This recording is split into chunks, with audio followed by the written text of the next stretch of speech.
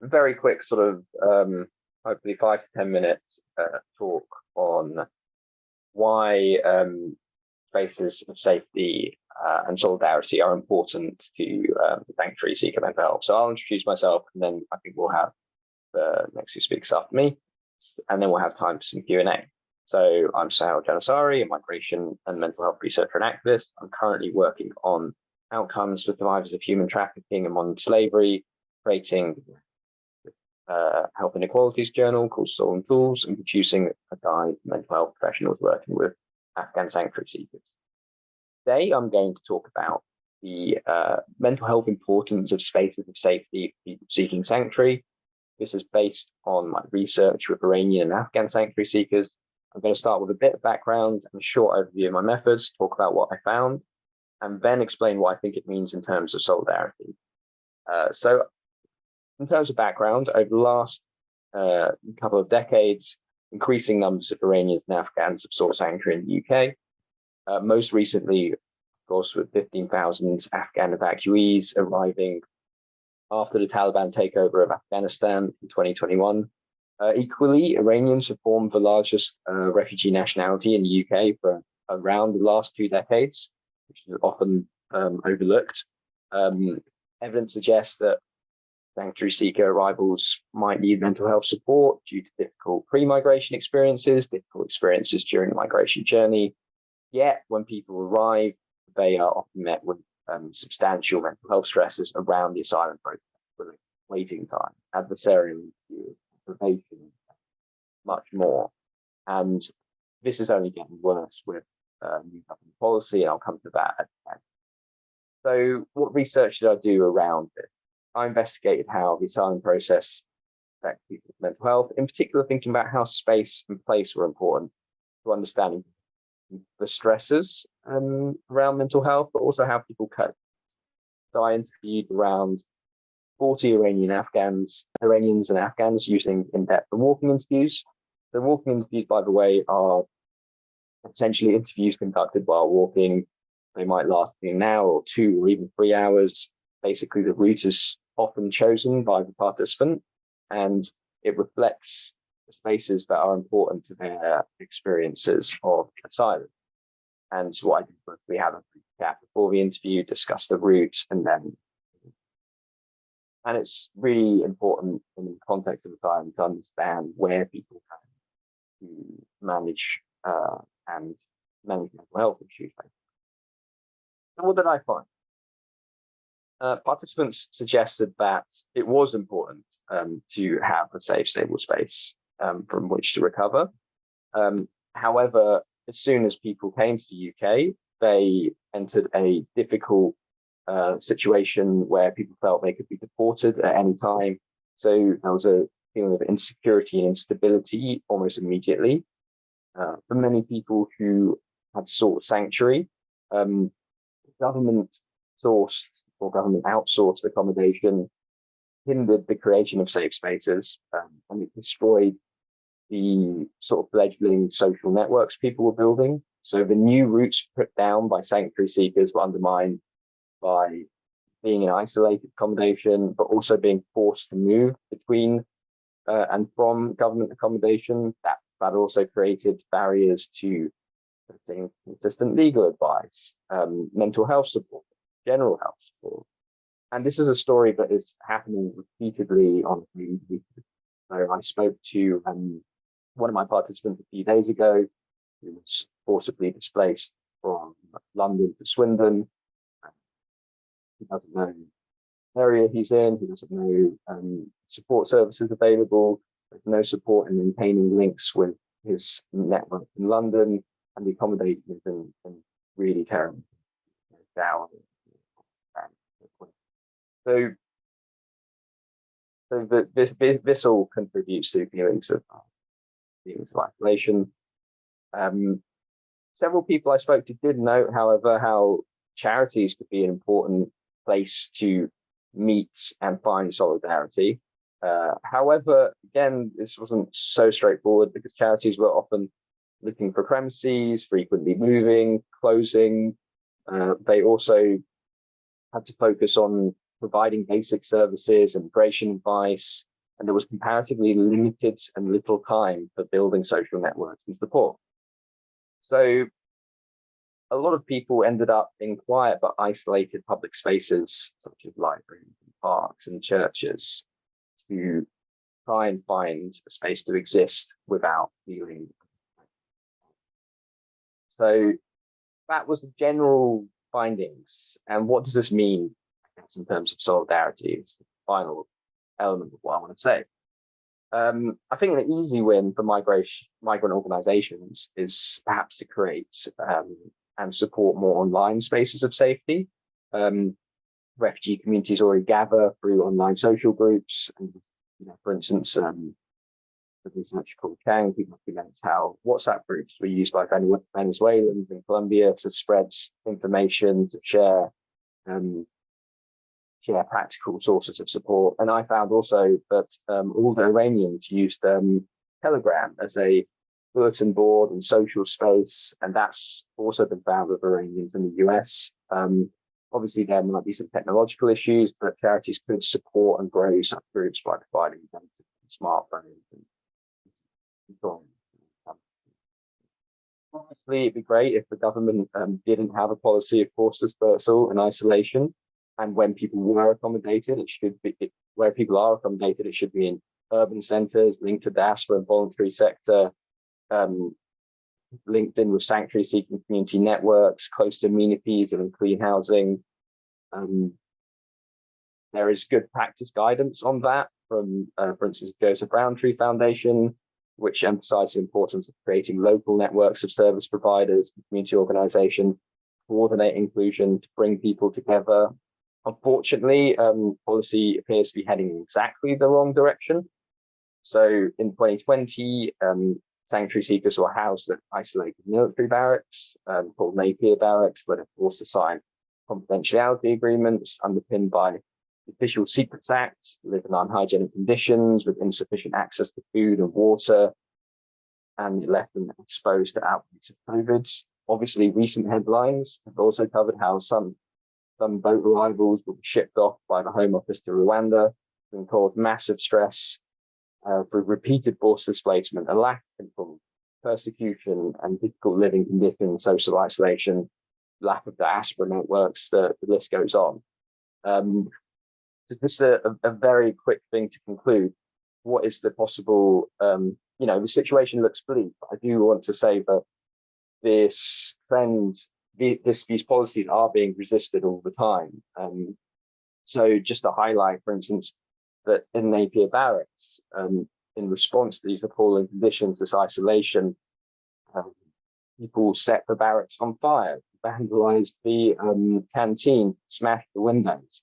And there's something about this sort of liberatory violence, which I think is important to recognize. And if we're thinking about solidarity, ultimately support. So that's what I had, and that's I wanted to end on a note of there is resistance happening.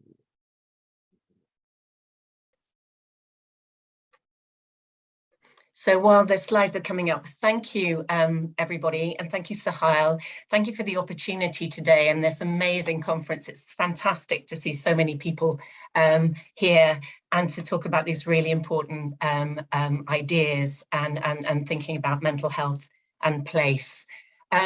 So in terms of kind of space and place today, myself and Admira Brakash are going to be talking about building solidarities through peer research and learning from the LOST project. The next slide, please, Nathan. So LOST stands for Our Lives on Hold, Our Stories Told, which was the title of the project that our peer researchers gave. And it's essentially an ESRC funded project running over 18 months, which is looking at the impact of COVID-19 on the delays on young people seeking asylum in the UK in terms of their access to legal support and guidance, access to social care and support, etc., and fundamentally the impacts on their mental health as well. It's a peer-led research project with 11 peer researchers And it's supported through the Spresa program, an Albanian community organization based in London, who are our key partners in this research. It's headed by our colleague Helen Stolford at University of Liverpool in the Department of Law, myself at UCL. I'm in the Institute of Education, and I'm interested in the sociologies of health and well-being, and our colleagues Jana Kretner and Inji Eisman from both developmental psychology and politics at the University of Southampton. That's all I'm going to say at this point. Now I'm going to hand over to Edmira, one of our peer researchers, who's going to talk a bit about the opportunities and some of the limitations of the kind of peer research approach to this work and what we've been learning through the process. Hi everyone, my name is Edmira and I'm one of the young researchers of the LOST project. It has been a great experience for me and for the other young people, so I'm just going to be talking to you a little bit about our experience and how we found this this journey. It was so before starting this project, we didn't have any experience as young researchers. So we created this team where we, together with our senior researchers, which Elaine mentioned earlier, and 10 other young people, we created our team where we worked as a group. We received training, we received support from our senior researchers, but we also tried to support and help each other as well. So the more we would learn from our senior researchers, then we would pass that, let's say, that knowledge to each other, and we would learn from each other as well. So it was, that's how we started from the beginning.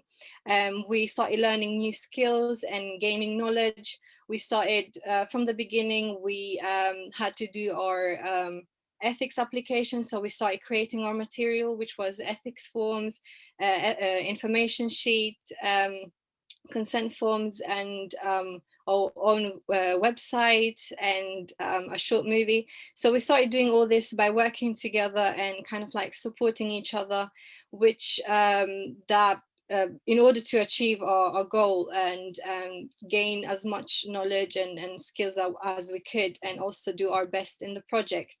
And by doing this and by kind of like helping each other, we also made each other feel more confident and more comfortable in doing this. So knowing that you have someone there to support, apart from our senior researchers, but knowing that we also have each other there to support, that made us feel more comfortable and more confident in ourselves that we can do everything. Even though we didn't have any experience before, we could still do, for example, a consent form, we could still do an information sheet. So that was what we wanted to do from the beginning, and that's what we achieved up to this point. And we were able to not just make each other feel comfortable, but also, for example, people that participated in our research, we tried, because we, as young researchers and as people, young asylum seekers, we were able to, we knew how it is to be interviewed by someone else and feel that kind of like you're being interrogated. So we tried to make this process as smooth as we could. So we were able to, we tried, let's say, to treat the interviews not as interviews or interrogations, but more as discussions where everything could just, the participants could speak and feel safe and comfortable by telling the stories, and not feel judged, but instead listened to and understood by us. So we tried to create this safe space for everyone, for our participants, but also for ourselves and for each other. And if we could go to the next slide, this kind of like gave us, we felt more united. We felt that this experience not only helped us with our mental health by feeling that we're doing something important, but we also felt more together, let's say, than ever. We tried to not just speak for ourselves, but also for other people who don't get to tell their stories. We were lucky that through this project we were able to speak about what we've been through and what we're going through maybe now as well. So we were lucky to have this chance, but other people might not have this chance. So we try to do this not just for us, but for other young people as well, tell the stories as well. We try to represent them in the best possible way that we can, because we knew that by doing that, we are going to bring a change. And this, of course, helped us. It made us feel more, it made us feel more motivated. We felt motivated that by doing what we are doing now, we get to get our what we want to say across to people that take decisions about our lives, to policymakers and people who decide about our lives. So it felt like a motivation for us. And doing that also for other young people, it was something that we knew it was going to make a change. So we felt very proud of ourselves and motivated, and it really helped us get through from the beginning up until now. It helped, this kind of thinking helped us from the beginning until now to get through the whole, let's say, journey of of research. It was through our stories were, each of us, we were 11 young people in the team, and each of us had a different story. So by telling these stories, we try to represent other people and the diversity of stories that there are outside there. And we try to bring all these stories together so that we can, because all these stories have, even though they are different and there's a diversity, they have the same aim.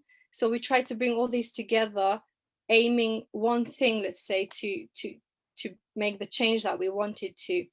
And but to every project, there's limitations.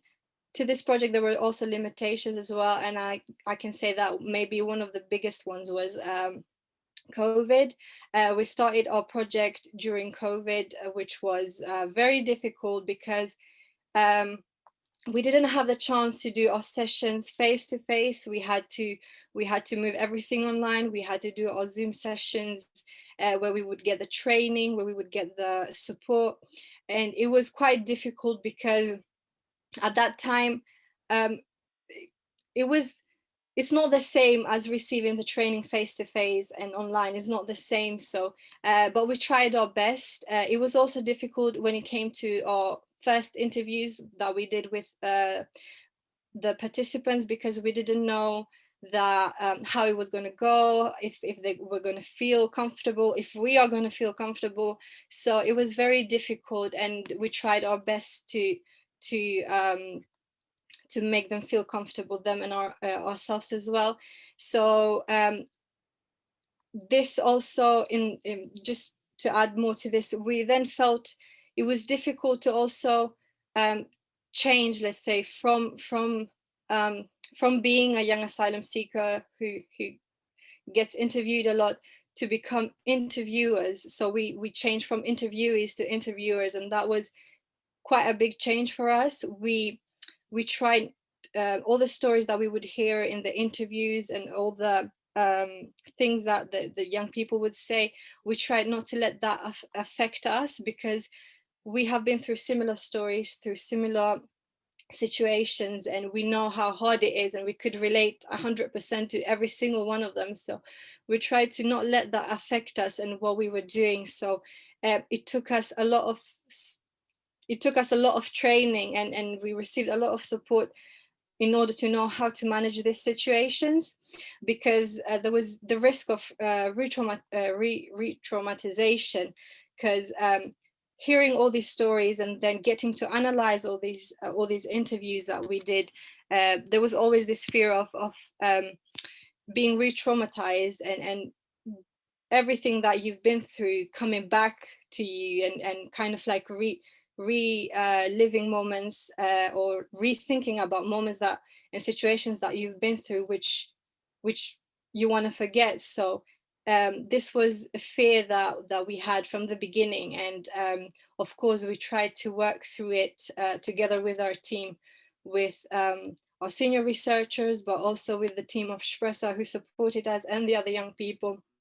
So just to conclude with, it was it was a great experience for us. It really, it helped us to contribute into something that we know is going to make a change, and we know that by telling our stories we would make a difference, and help other people as well. So it was a great experience that we've learned a lot from, and we keep learning, because we're still at the stage of analyzing, so we keep learning every day. And I think we've gained skills that we will use in our future for in whatever we do. And even though there were limitations, we managed to, I think that with the help and support that you receive and the training, I think it's possible to overcome these challenges and just become a brilliant researcher, I guess. So yeah, that's from me. Thank you so much for hearing me.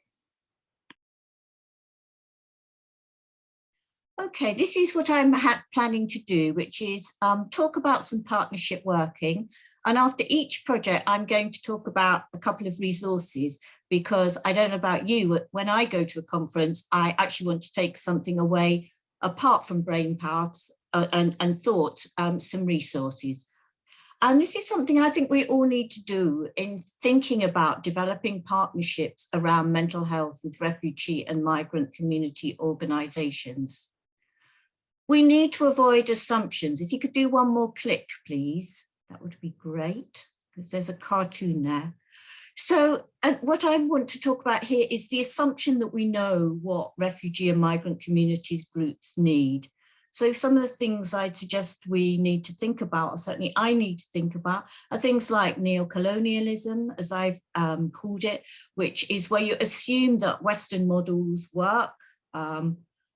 I could talk about that for 10 minutes, but I will not. Issues of racism, issues of professional and position power, which many of us are used to having through our roles, and how that's managed.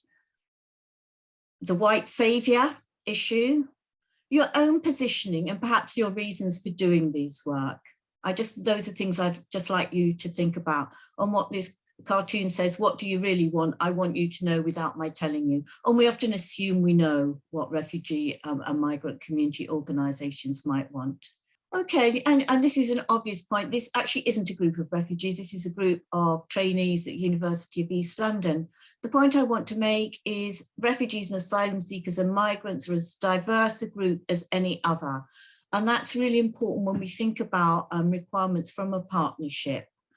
Considering this diversity when thinking about mental health. And many asylum seekers and refugees or forced migrants feel that they were silenced or their voices were taken away from them by political regimes which did not allow for multiple accounts or voices which stifled criticism prior to them seeking asylum.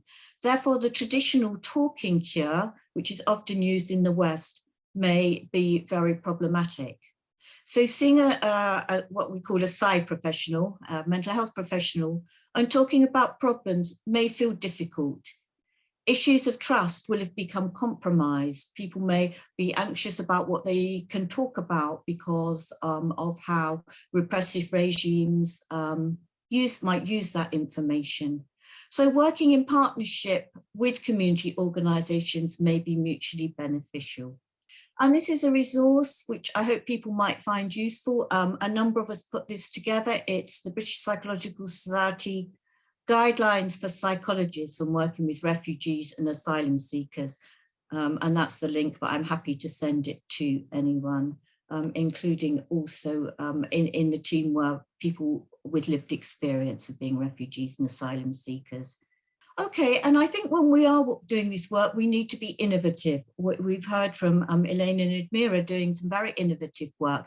And this was just a project we ran where we worked, they approached me actually about building capacity around mental health in non-stigmatizing and accessible ways. And we ran a project with a number of organizations, including my university, Race on the Agenda, and they were the Tamil Community Centre. So that's the picture about that. And I just think it's in underlying theories. And here I just want to mention community psychology. And again, talking about power. It's a way of thinking psychologists who've seen the limitations of simply working with individual people have come to the conclusion that we need to be very careful about approaches that imply blaming people who should be seen as the victims of social arrangements. Community psychology sees individual in a wider context. I'm not going to elaborate on that point, but that I think is a very important one in this conference for us to be aware of. Next slide, please. And mental health often carries all sorts of stigma in many countries. Showing that it's just not professionals who have underlying theories. This was some work I did in North Uganda, and this was some of the principles for the work that were developed by some children. You can read there, and I thought they said a lot. Tribalism, fighting, abusing each other, disrespect. And these were the rules between two ethnic groups in a refugee settlement who'd been involved in a violent civil war. And this was, again, some BPS guidance for psychologists on working with community organisations, which is something I think is really, really important, as mental health services are often seen as very stigmatising. Okay, and the importance of collaboration, sharing and partnership. This was a picture that just rather amused is not the right word, but it shocked me perhaps, of all the boards of different organisations that were working. And I've seen that in many countries around the world. We need to be thinking about how we share our different skills and things and develop real partnerships, not pseudo partnerships. And this is a resource I wanted to mention that I set up with some colleagues. I know my colleague Claire Marshall is here. We did this actually because we were concerned about the lack of resources there were. So this is an online resource for refugees, asylum seekers, health and social care professionals. That's the link. This was some of the team. Interestingly, all the powerful people on the left are white men, but let's not go there. This just shows what we have: refugees on resources on refugee and asylum seeking children, mental health resources in English, translated mental health resources, refugee mental health and wellbeing guides and downloads. Next slide, please. Therapeutic approaches, audio and video resources, relaxation techniques, and presentation and teaching.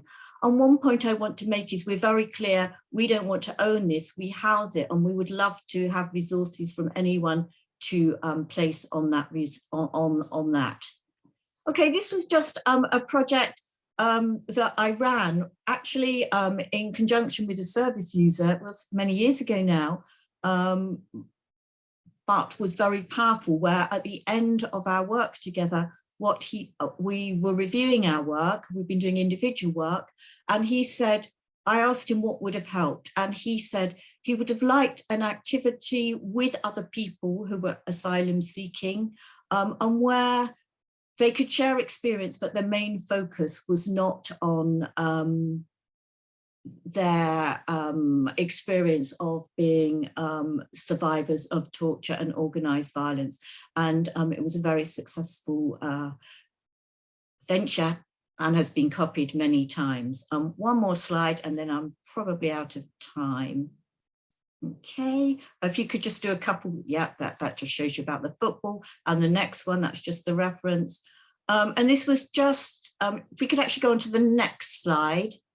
Thank you. This was a project we ran at the University of East London to celebrate the cultural heritage and diversity of our students, their knowledge and skills, and to partner with our wider community and learn together with the Refugee Council. And this is a picture of the staff there and also a number of our students. So I have a lot more I could say, but I will leave it there as I want to keep to time. So thank you very much for your time. So the first question is for Elaine and Amira. What kind of training and support was provided to the peer researchers to ensure that their well-being was safeguarded? Thanks so much, Hannah. I'll say just a few words and then hand over to Admira. We were really conscious throughout the whole process protecting and supporting young people in the research, we were really building on the amazing work that Sprecher as a community organisation already does. And I think I'd really highlight the importance of that, just as Rachel has done, working with and through community organisations. So they had often done a great deal of scaffolding and supporting around mental health of young people. So we felt that whatever the project was doing, and we were approached by them to actually conduct this research project. So it was a collaboration and a partnership very much from the beginning, led by the agenda of the organisation and the young people.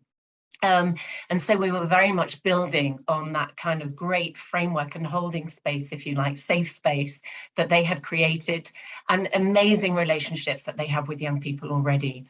And within that space, within that framework, we were then able to build in kind of very clear ethical guidelines and support, which were very much co-created and negotiated with young people themselves. So I think one of the things we want to emphasize is that the project came from the organization and through young people, and we co-designed it together. We co-designed all the aspects of it, thinking very carefully, not just how the research would impact on the peer researchers, but how it would impact more broadly on other young people. So having their insights into the ethical codes and practices as we built those was just immeasurably helpful and really added, I think, to our approach to ethics.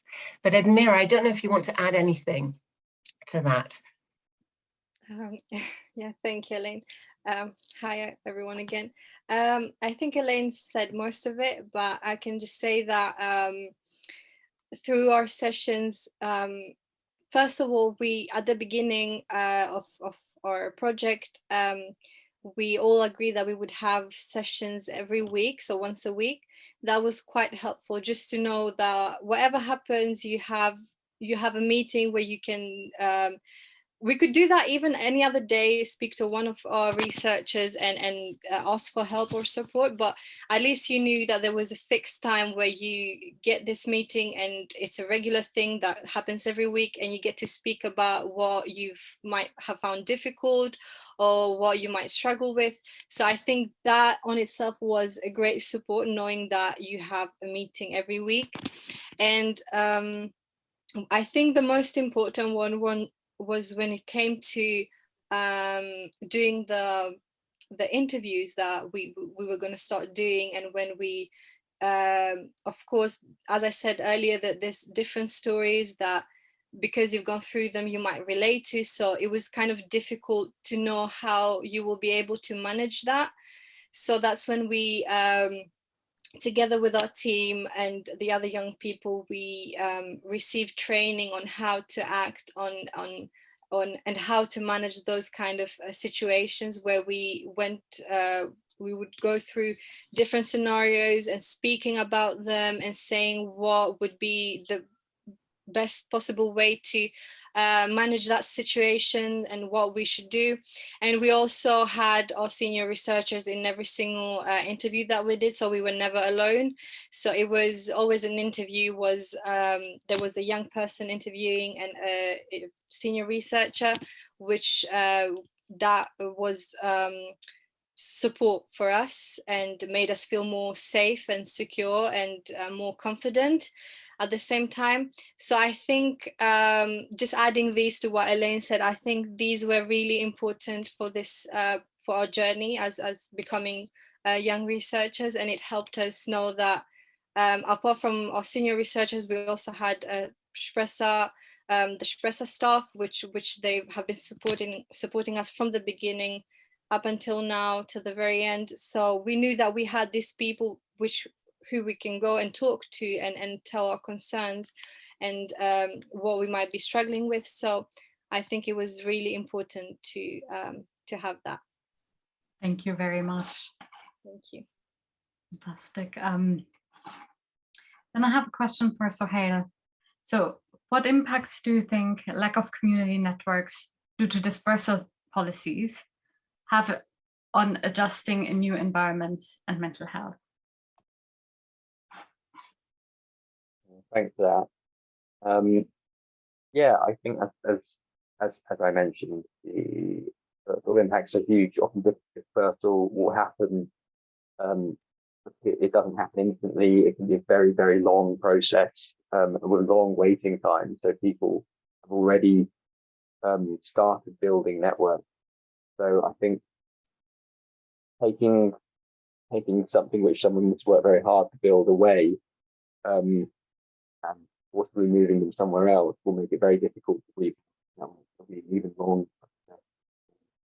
I think, dispersal also, Maya says, the places people get dispersed to might not be appropriate for people, especially in terms of the service provision available, the diaspora networks, which people may or may not, people may be able to access to. Obviously, London, every sort of person lives in London, and that's usually where a lot of people want to be. You're cutting out a bit. Sorry, Sahil. Sorry. I think I was rambling on anyway. So I hope that answers helps answer the question. Thank you. The next question is for Rachel. It says, thanks, Rachel. Could you give more information regarding the best way to build trust with refugees?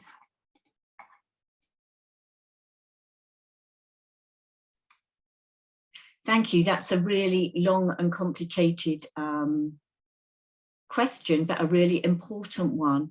And I'm going to use an analogy that was not my own, but somebody said, when if you have the image of a pit, that sometimes you need to spend a lot of time before you can actually go into the difficult experiences that people have had, that you need to spend a lot more time building trust and building relationships. Trust is, people have to earn our trust. We often assume that we will gain it because of position power, when there's no reason on earth why we should. So I will, and I am speaking as a psychologist, but always take much longer, which I call working in the margins, to try and develop that trust, because the work's going to fail otherwise. I hope that answered your question. Thank you. There's another one for you. Do you work with occupational therapists who apply activities and creative media with refugee communities? Is that for me? Yes, actually, I do. I did a project actually a few years back in Africa with a team of occupational therapists who used all sorts of digital mediums. So yes, I do. And I actually have to say I learned a lot from them. We're very good at the talking. They seem to be extremely good at the doing. And I think we learned a lot from each other. And I think if you don't mind, if there's a report or so connected to these sort of more creative methods connected to that work, or a paper, if you would like to share it into the chat, please feel free to do so. Yes. And yes, others as well. I can see, Elaine, you have already put a website to your project up. So I think that this kind of sharing is really quite useful for others here, so that we could build connections. So thank you very much. I'm conscious of time, so just wanted to thank all the speakers again. Fantastic work, and so exciting. There are more questions for you. We'll send them to you as soon as the day is finished. But we're long from that, so we're moving on to our next session, and I'm handing over to Gunther to chair it. Thank you.